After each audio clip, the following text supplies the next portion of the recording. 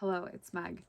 I want to do a tag, and this is a VR to Nicole, Cottage Witch, and it's hashtag Tarot Curiosities. The first prompt is favorite purple deck. So the first deck that I thought of was the Tarot Transformation. I have 2 copies of this deck. Neither of them are here right now, but I have the book right here. The first one I had, I trimmed the sides and the bottom off, so it was just these like titles at the top. And I don't recommend trimming this deck unless you're like really good at trimming, because the borders are all wonky and stuff like that. But this is like, I misunderstood the prompt. I thought it was just like a purple deck, and then I would just keep thinking of purple decks or decks that I think are purple.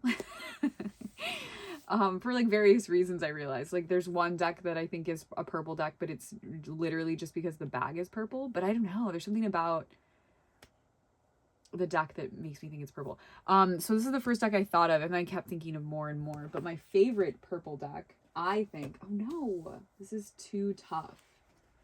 I'm gonna show 2, I guess.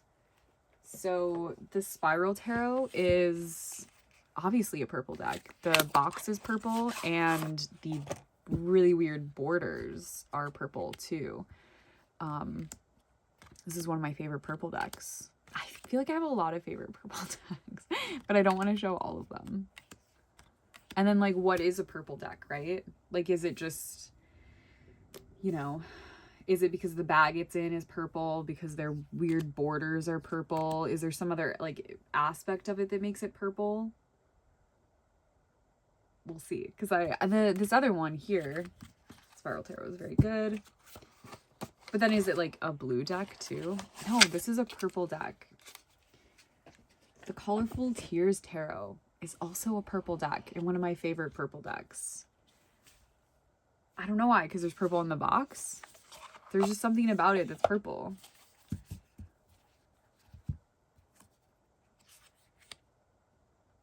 I don't know. I say more? I can't. I have no idea. It just is purple, right? It's also good. It's a very good deck. There's another deck here that I think would be a purple deck, but this one probably is because the box is purple. This one. I could just go on and on about purple decks, but we won't. A deck for rainy days. Okay, so for rainy day decks, I sort of initially thought of like several different categories for this, and one would be like a bright deck, so we're kind of counterbalancing like the presumably gloomy day, unless you're getting one of those really nice summer rains where it's still sunny out.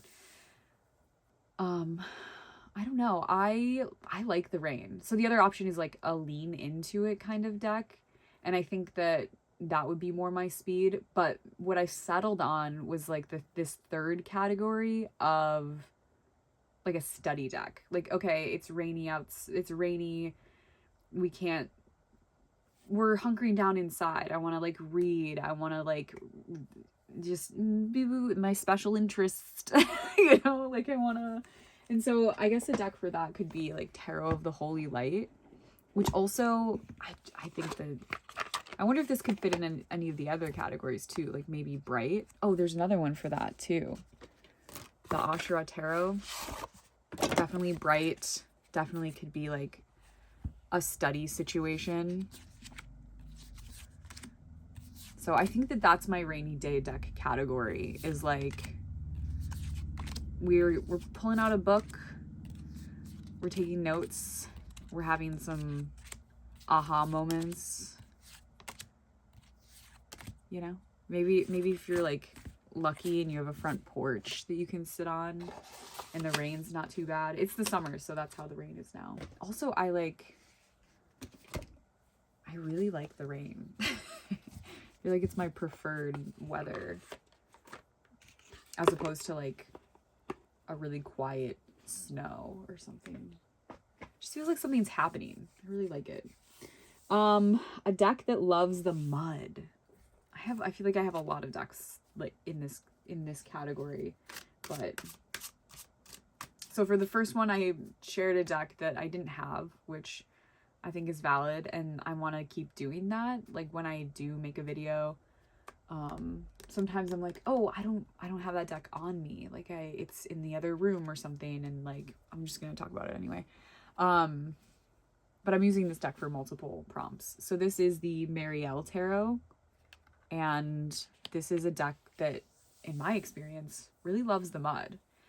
And I also picked this deck for prompt 6, a deck for anxious thoughts or overwhelm. And I touched on this in the hashtag tarot for tender times.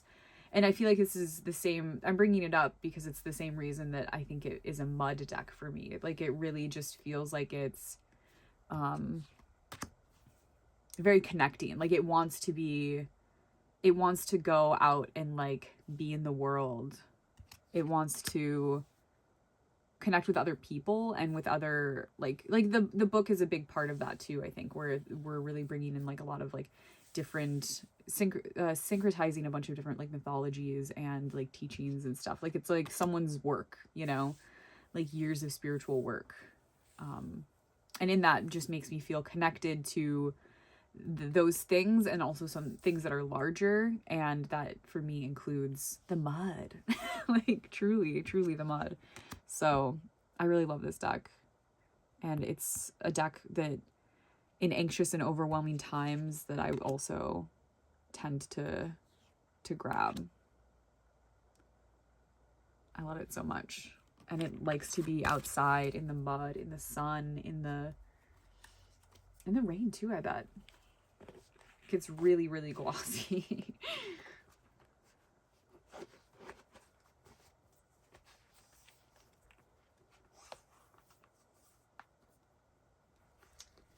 I'll put that there for now. My Fiercest deck. So the first deck I thought of, I feel like I could.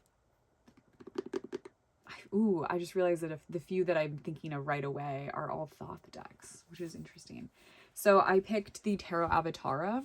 I don't remember which prompt Nicole picked this deck for, but I know this is one of Nicole's favorite decks, and it's a really good deck, and it feels very fierce to me. I think part of that comes from like there's just like this like overall sense of like strength in this deck, and strength and something forthright. I don't know. Like it's just like there's like this aspect of like I feel like one needs to define fierceness, which I won't. but like maybe using other words too, which is like an honesty and like a strength and standing on your own like feet and integrity and like doing that. And like this, I think that it's the collaboration between artists in this, where like the Frida Kahlo aspect of it and like this deep devotional work that Gabby Angus West has like made by making this deck. It just like, I don't know, it feels really, there's like this culmination of like fierceness. Also like the artwork and the intensity of that. There's so much movement. I really like this deck too. It's another deck that I when I'm like, ugh, I don't have any decks. I don't know. Like I have nothing to wear. Like when I'm like that, this is like one of those decks that I will go to again. Like I go fish it out. I'm like, yes. And that's one of the reasons that I have been using it. I've been using this deck lately, which is another reason I think I picked it too, because you know I could pick a lot of fierce decks, I think. And I think that could be one of the reasons for the other ones as well. Like another one that I thought of just now is the Maria Tarot. Is that how you say this? And it's another Thoth-based deck. And there's like, I think too, the collaboration aspect of this feels fierce. And there's actual people in it. Now I'm just thinking about all the Thoth decks and how like fierce they feel. And maybe even the original Thoth feels really soft in comparison to these other Thoth clones or system decks. Yeah, this one, yeah, definitely. So fun. Really love this deck as well. It's been sitting out too. Okay, a deck to brighten up your day. I think I've covered that. I don't know. I feel like it could be any deck. It would be any, you know, like when I'm the Tarot Avatara, like I'm like, look, I'm searching for that. Ooh, maybe I'll pick this one. This is the Oliver Hibbert deck. This one also feels like maybe like a fierce deck. This is an RWS clone though. And I'll pick this one for brightening my day because of the colors. And it's also sort of like absurd. The eyeballs and the goopiness. I love it. This is a deck that I wanted for a very long time, and I finally got it during my birthday this past year.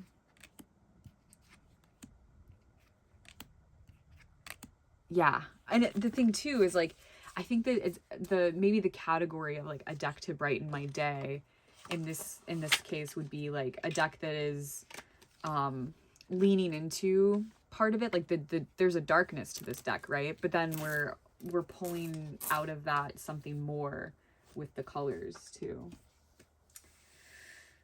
I think I like that. And then we did 6, a deck for anxious thoughts or overwhelm. And then prompt 7, a deck to help you out of a creative slump. Okay, so I struggled with this one at first, and because I was like, I feel like I don't have like a quote unquote like creative slump or just like I only exist in a creative slump or something like that. And I couldn't really think of anything. And then that lasted very, very briefly because I have this deck here, and it is the Long Way Home Oracle. And this is like a weird NPC prototype, that this is the one that stays here on this like altar table zone and is used because I don't feel like the need to be as precious with it. It's also like the deck that I had first, and I love this deck so much. I do use the normal version. I have the rose petal one in readings, but this is the one that I use for like this. And this is not necessarily a creative slump, but when I want to or have time to or whatever.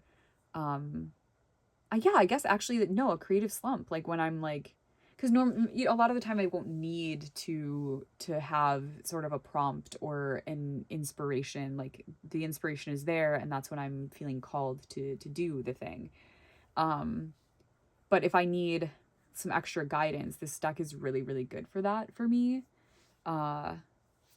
It's just like a deck that when I pull a card from it, I immediately see like a recipe for like a salve or an essence blend or a ritual or anything like that. Like it's, I don't know, it's a really it's a really special deck like that for me. In that way, it's also very helpful in readings for other people for me, because I like to include that element in a reading, like sort of a prescriptive thing. A secret third thing. This is the one, the Creative Slump deck, and it stays over there. Okay, so I have 4 decks that I brought out. I originally had 3, and when I first thought of this, there was 1, and then there was more, and then there's different reasons for each one of them, and I think it's interesting. So I want to talk about some of my Witchiest decks.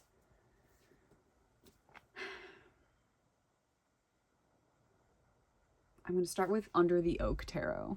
I feel like this deck is like slept on as like an extremely witchy deck. I mean, I guess it depends on like one's aesthetic preferences and stuff like that, but like, I don't know. There's just like too many goats and like weird eyeballs in this deck for me not to be like, hold on, guys. I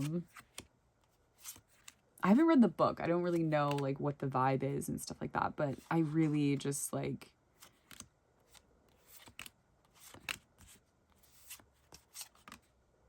maybe like one of the witchiest like mass market decks that's like come out recently. I mean, come on. I guess also it depends, like I said, like sort of, dude, it's crazy.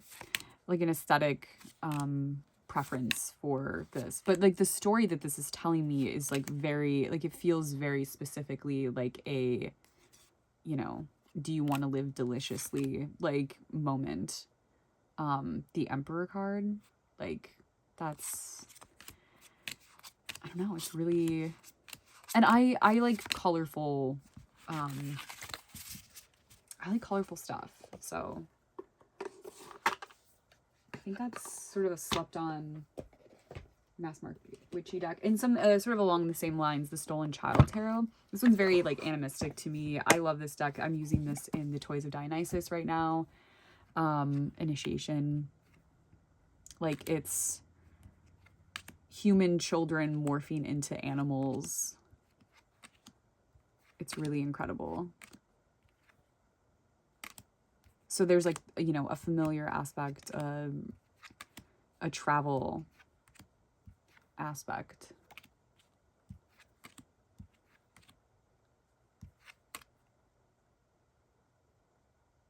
Yeah, it just has that, it has that.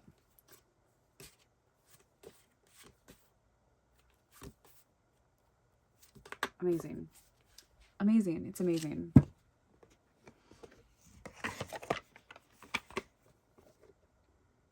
And then another one is the Queer Crow Death Magic Tarot. I think I've mentioned this before, but I was very, very surprised by this deck when I got it. I got like, the same time I got this deck, the same day, I think, because this was a Kickstarter. So the day that this Kickstarter came in, it always happens like this, doesn't it?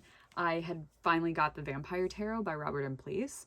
And this was like a white whale deck for me for a really long time. And I just, you know, not like very intensely or important, but I'd wanted it for so long. And then this is the deck that I ended up preferring and wanting to, I mean, I obviously love that deck, but like wanting to read with. And I was doing tons of readings with it. And it's like, it's so witchy to me in this sort of like trance work. You know, we're doing a little journey kind of thing. And I think that part of that is like sometimes when doing that work, it's like very photographic, like it's very intense and stuff. And sometimes it's not. Sometimes it's like this, and there's like this movement or this like emotion, but this very simple like message, this simple object, you know? Like it's very dreamlike. It's very underworld. I really, really like this deck, and I think it's so witchy. And then the last deck that I think is really, really witchy, and it's probably like the deck that I think reflects like aesthetically my sort of quote unquote witchy practice the most, is the Sistine Tarot. I really love this deck. Like one of the decks I thought of first for this tag was like, what is it? The Age of Witchery, the Robert J. Horn, which every time I think about that, I just think about how Roger Horn is a character in Twin Peaks. But the Roger J. Horn deck, and like how that's, you know, sort of like explicitly a very witchy deck. He's has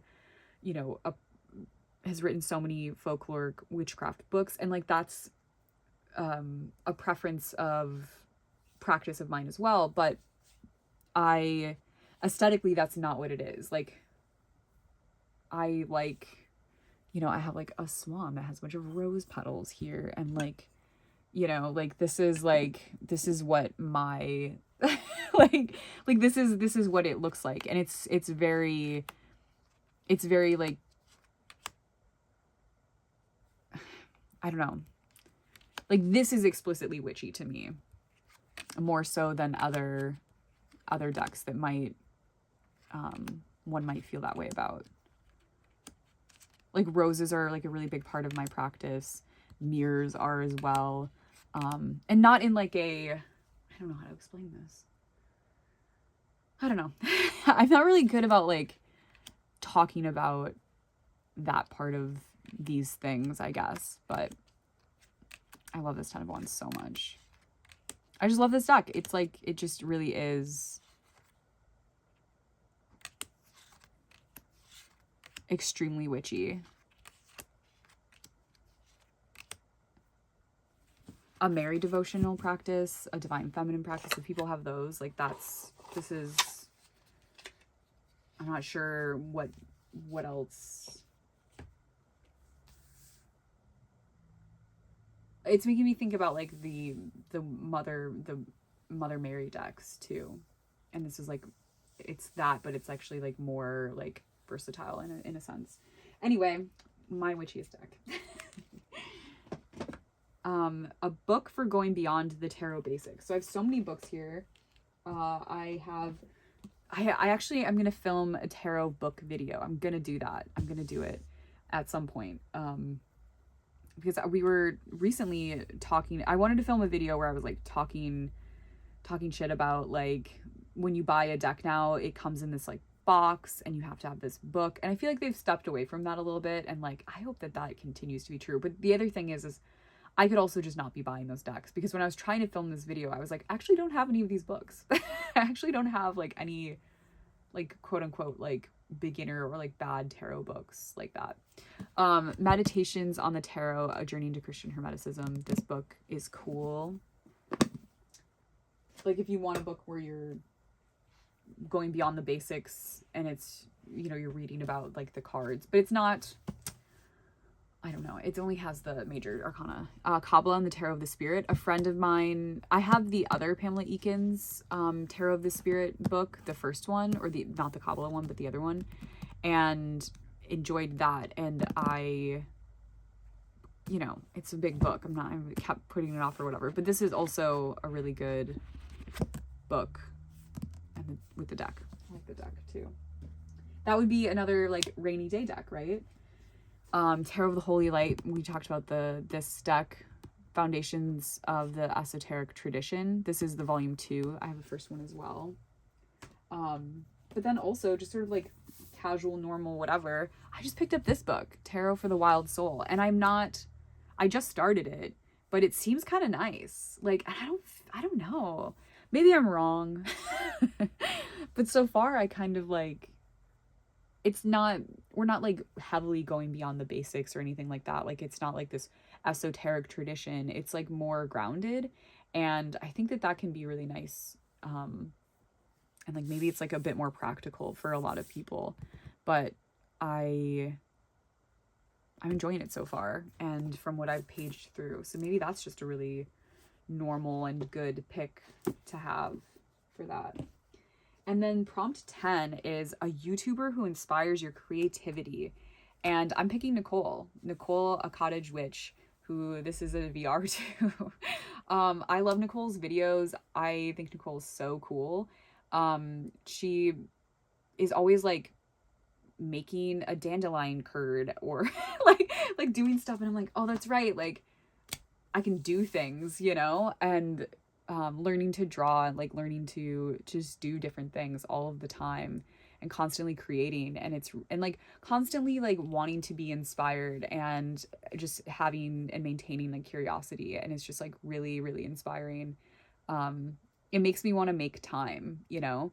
In fact, I have been inspired, and I'm working on some like infused oils right now to make some salves, which I haven't done in a really, really long time. And it's because of Nicole. so I really appreciate this tag and Nicole's videos, and I hope more people do this tag. I really want to see I'm like I was thinking like of different people like making videos, and I was like guessing their favorite purple deck, you know. But I want to know like Like I was like, I bet I know Julie's favorite purple deck, but I want to hear Julie say it, you know? So, I want more people to do it. I'm not gonna, maybe I'll tag some people, to do it. Off the top of my head, I'm thinking Cassie, Riffle and Time, and Julie Peekaboo Rose, and then I want to see Jack Greenwood Tarot. I want to know Jack's purple deck. I don't know. Okay. That's all, I guess. And it was fun to do, and I'm just gonna keep thinking about purple decks.